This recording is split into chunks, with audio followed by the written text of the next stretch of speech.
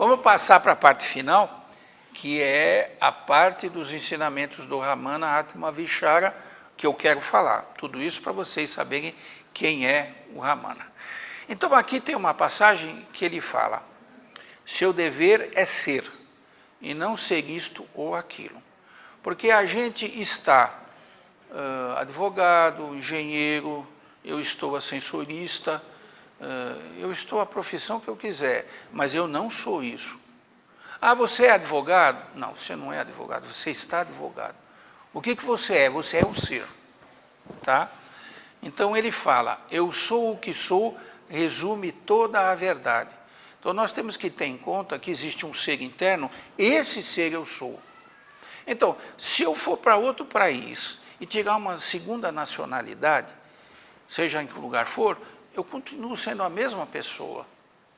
Então o Ramana falava, a cultura do Ramana é no ser, no eu superior. Então ele falava, eu sou o que sou, resume toda a verdade. E aí vem onde a gente vai desembocar, o método para o ser acontecer é ficar em silêncio. E o silêncio significa destruir o eu. E aí começa, destruir como, né? Então, o ser é silêncio e o eu é barulho, tá certo? Então, nós vamos discutir um pouco agora o que é esse destruir o eu para que o ser possa acontecer, né? Então, o ser se expressa no silêncio e o silêncio não existe quando o eu está presente. Então, em síntese, né? Eu estou a passos largos aqui. O eu gera o pensador, que gera o pensamento, que gera a mente. E o barulho está na mente. Essa mente desenfreada que a gente tem, que pensa o dia inteiro, esse é o barulho interno que não deixa o ser interno se manifestar. Então, a mente assassina do real, diz a Blavatsky, que o estudante assassina a mente. Não é jogar a mente fora, pegar o miolo e jogar fora, mas é não pensar de uma forma desenfreada. Tá? E aqui vem uma reflexão. A mente, ela é um feixe de pensamentos. Tá? E ele surge porque há um pensador. E os yogis dizem, pare de pensar e me diga onde está a mente. Ela não está. Quando eu estou num estado contemplativo, a gente faz uma viagem de férias, vai para um lugar calmo, e eu fico parado vendo a paisagem, que eu fico enlevado com aquilo, eu paro de pensar. Este estado contemplativo ajuda a manifestação do ser. Só que nós não temos a cultura do ser. E eu não sei, eu não percebo que eu estou sob a influência do ser. Aí eu saio de lá e falo, eu estava tão bem, como eu quando entrei na caverna do Skandashira. Eu fiquei nesse estado, porque a mente parou, a minha mente parou. E o ser se manifestou, só que eu não me dava conta, né? Então, pare de pensar e me diga onde estão os pensamentos. Então, o barulho vem da mente. Entendido isso, vem um raciocínio. Se eu parar de pensar, os pensamentos cessam. Se os pensamentos cessam, a mente cessa e o eu desaparece. Aqui é um círculo vicioso. A conclusão é que a mente e o eu são idênticos. Os yogis dizem, diga-me o que você valoriza que eu te direi quem é.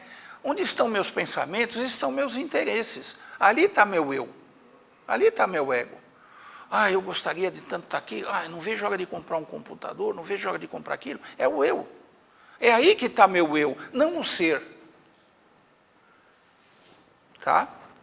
A conclusão, a mente e o eu são idênticos. A destruição do eu vem quando o pensamento cessa, quando o passado e futuro não existem. Outro dia eu estava vendo um filme do Sr. Buda e dizia assim, Buda, disse o monge, ele entrou em estado de eterno presente. Ele não pensava nem no passado e nem pensava no futuro. Parou a mente assassina do real. E aí vem a pergunta bem incômoda, que incomoda a gente, né? É o eu destruindo o eu? Como é que fica isso? O que nos faz parar de pensar? Eu decidi que vou parar de pensar, não vou parar. Eu decidi que eu não vou pensar? O que é isso? Vocês já pensaram nisso? Tem um processo por trás, tá certo? Então, o que o Ramana propõe, o processo do Vichara, a autoinquirição, a Atma Vichara. Atma Vichara é inquirição no eu. Vichara, em sânscrito, é inquirição, investigação direta, interior, por meio de questionamentos. Quem sou eu? De onde surge o pensamento eu? Então, o Ramana propõe que quando você fala quem sou eu, a mente não tem resposta. A gente não sabe quem eu sou. Eu não sei quem eu sou, eu imagino. E quando eu pergunto para mim mesmo quem eu sou, a mente entra em falência. E aí o ser se manifesta, porque eu paralisei a mente. Tá certo? Isso é novo para alguns, né? Então nós estamos refletindo juntos, tá certo? O Atma Vichara é perguntar quem sou eu? Eu já vou dar os detalhes do método, né?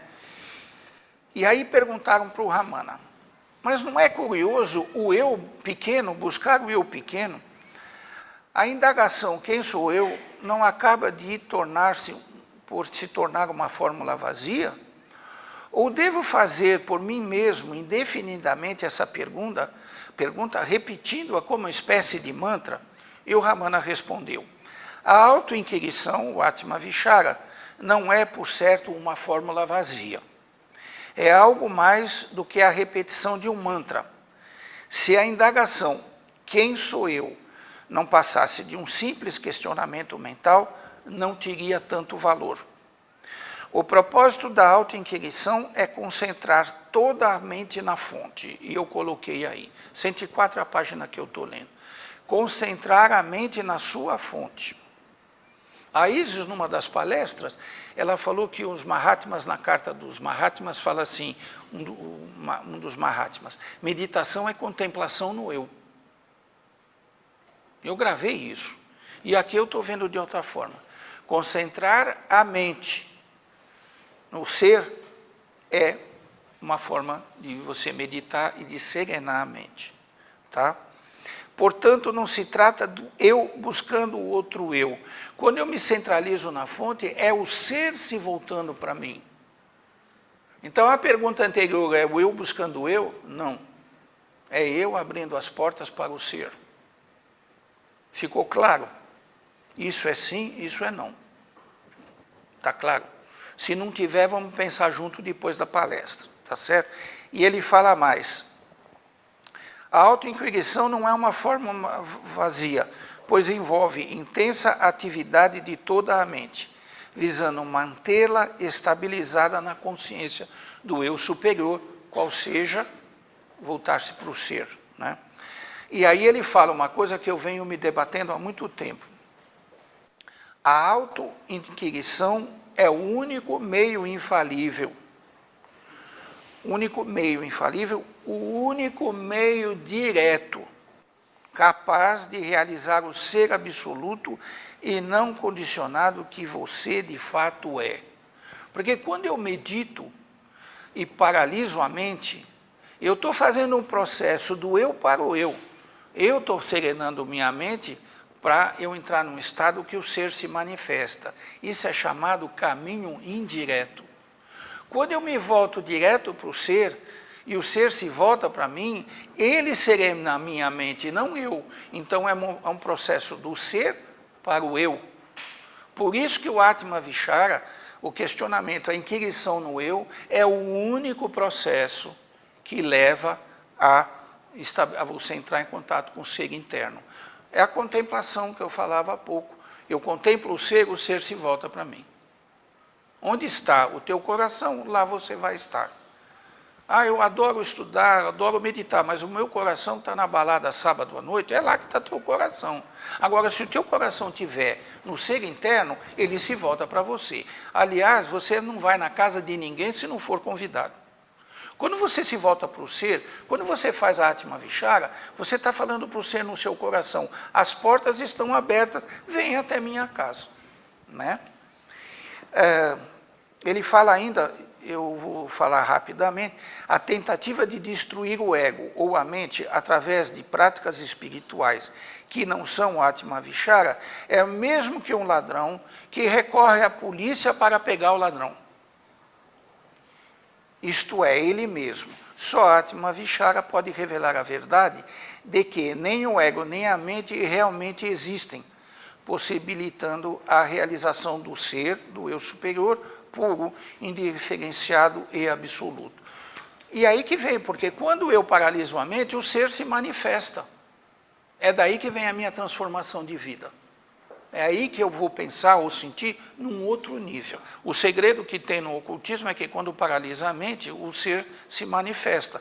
Então quem faz a meditação sabendo disso, vai meditando para a mente, fica alguns instantes com a mente paralisada e fica receptivo porque o ser se manifesta. Isso é lei. E a Vichara paralisa a mente. Tá? Então, como ele disse, é o único meio direto, tá? Capaz de realizar o ser. A técnica é o seguinte, você está durante o dia numa situação qualquer e você fica muito com raiva de alguma coisa. Então você se recolhe um pouco e pergunta, quem é que está sentindo raiva dessa situação ou do fulano? E tenta ficar 3, 4, 5 segundos sem pensar. Não é muito. Você fica parado, quando você vê que você vai começar a pensar, você fala, quem sou eu? E fica mais um tempo, 4, 5 segundos sem pensar. Essa técnica é perigosa para quem não conhece que tem uma essência. Porque se o cara é materialista e acha que só é o corpo físico, vai na frente do espelho e começa a perguntar quem sou eu, ele vai entrar em paranoia. É perigoso, é esquizofrênico. Porque ele tem uma visão que ele é um monolito, que ele é o corpo físico. Para aqueles que entendem que ele é uma essência e que essa essência que ele tem é a essência universal, então é diferente. Quando ele pergunta quem sou eu, ele está buscando dentro de si a realidade última que ele é. Então, você está no ônibus. Uma vez, um sábado, eu tinha um hábito de pensamento que eu queria ficar livre dele. Então, eu era novato na Vichara, eu cheguei e falei assim, quem é que pensa desse jeito? Aí dei um tempinho e falei, quem sou eu? Não adiantou, eu continuei sentindo aquela mente fechada, sabe? Quando você tem um preconceito. Eu fiquei com uma raiva, pois eu fiquei fazendo direto. Eu devo ter ficado 1 hora perguntando. A mesma pergunta, quem é que tem um pensamento desse jeito? Entrei no ônibus, eu estava sem carro, e fui no ônibus fazendo Vichara. Você pode fazer Vichara tomando banho em qualquer lugar. O ideal, o Swami Sivananda, que é um grande yogi, morreu em 1986, junto, no mesmo ano que o Krishnamurti, ele falava que a gente deve fazer o Vichara em horas regulares. Por exemplo, você acorda, você está na cama, e você faz 3, 4 minutos. Quem sou eu? Espera. Eu cheguei a... Bom, deixa eu acabar. Aí eu fiquei fazendo várias vezes. Quem é que pensa? Até que 1 hora eu senti um relaxamento energético, eu senti uma paz, ou seja, aquele miserável pensamento dissipou. Eu falei, funciona. Mas a gente tem que polarizar a mente no ser. Então a gente pode usar em várias vezes do dia. Né? Quem é que sentiu inveja de fulano? Não é o eu, quer dizer, não é o ser que sente, é o eu pequeno. E aí vão vindo. E às vezes vêm imagens na mente, tá certo? Essas imagens são importantes porque elas trazem respostas. Colocado isso, então eu sugiro para vocês pensarem no Atma Vichara como uma técnica de interiorização, de evocar-se para o ser no seu coração. O Ramana falava que o ser se encontra no coração, mas não um coração de carne. O coração que é o centro do corpo, chamado Hridaya, né, que é o chamado 8º chakra, em que lá tem a sede do eu, do ser universal em nós. A Blavatsky diz que via o ser nessa região do tamanho de um polegar, numa das passagens. Né? Então esse é o nosso Ramana Maharshi. Imaginem vocês que com 16 anos, ele escreve um livrinho, Palavras de Graça. Com 16 não, com 21. Explicando tudo isso que está aqui. Depois de ter ficado 5 anos dentro de Virupaksha Cave. E agora, eu quero dar um coquetel para vocês de fotos. Fotos do Ramana, tá? Então aqui, eu tenho 10 fotos aqui que eu quero mostrar. É o Ramana sentado no tigre. O que significa sentar no tigre? É domar as paixões inferiores. O Lao Tse, quando saiu da China, ele sai sentado no touro, montado no touro. É muito comum você ver iogue sentado em cima de um animal, assim, morto. A simbolismo disso significa eu dominei as paixões. Essa é a outra foto clássica dele, porque ele, durante o dia, depois que ele ficou tantos anos na caverna, ele fazia de manhã, reunia as pessoas no salão, e o que ele fazia? Ele entrava em meditação e as pessoas ao redor dele se inspiravam. Umas entravam em pré-samadhi, quem estava preparado, né? Essa aqui já é uma foto mais antiga, quando ele estava prestes a morrer, perto de 70 anos, e aqui vocês veem as pessoas ao redor em silêncio, fazendo o darshana, que é olhar para o guru. Quando o cara é muito evoluído e você olha para ele ou fala com ele, você recebe direto ou indiretamente a bênção, que significa uma mudança de estado vibracional dos seus corpos. A mesma coisa faz aquela mulher na Índia, a Ama, que abraça as pessoas, né? Ama, na língua hindu, significa mãe. Aqui é uma das fotos quando ele estava lendo alguma coisa e pegaram ele de surpresa, né? Aqui rindo, estava conversando com os discípulos, ele falava pouco. Aqui subindo a montanha com um dos seus discípulos e sempre com essa terrina de chá. O hábito inglês, né? Tomar chá, um indiano toma chá. Aqui de novo no meio, ele não estava na caverna, mas sentado perto das pedras, sentado no tigre. Não sei se ele fez essa pose própria, né? Aqui se atualizando. Lendo o jornal, ele é um homem do mundo, mas não vivia no mundo, né? Aqui ele deve estar aborrecido porque pegaram ele de surpresa. Ele está bravo. Aqui é já quando ele estava próximo a morrer, que todo mundo andava do lado dele, ele ficava... Eu tenho um filme, mas um filme é longo, não dá para mostrar. Aqui é perto da morte, ele teve câncer no ombro esquerdo e ele morreu de câncer. Ele não dava muita bola, nem ligava para o câncer, né? E aqui vamos fazer o retrocesso. Ele com uns 40 anos, mais ou menos, no vigor da idade. Aqui um pouco mais novo, no Skandasharam Cave, ao fundo é aquilo que eu já mostrei. E aqui, Ramana Maharshi, com a idade de 21 anos, quando ele escreve o livro Palavras de Graça, tá certo? Aqui a capa desse livro, ela tem um simbolismo, né? O Ramana e Arunachala, Arunachala e Ramana, acorde a caçamba, né? Ele é um avatar de Shiva. E vocês veem ele projetado dentro de Arunachala e aquele fogo em cima que eu mostrei. E nesse fogo aí que se apresenta de Shiva, lá que tudo ocorre. Arunachala e Ramana. É o que eu tinha a dizer para vocês, eu agradeço a participação, ao telespectador e até a nossa próxima conversa.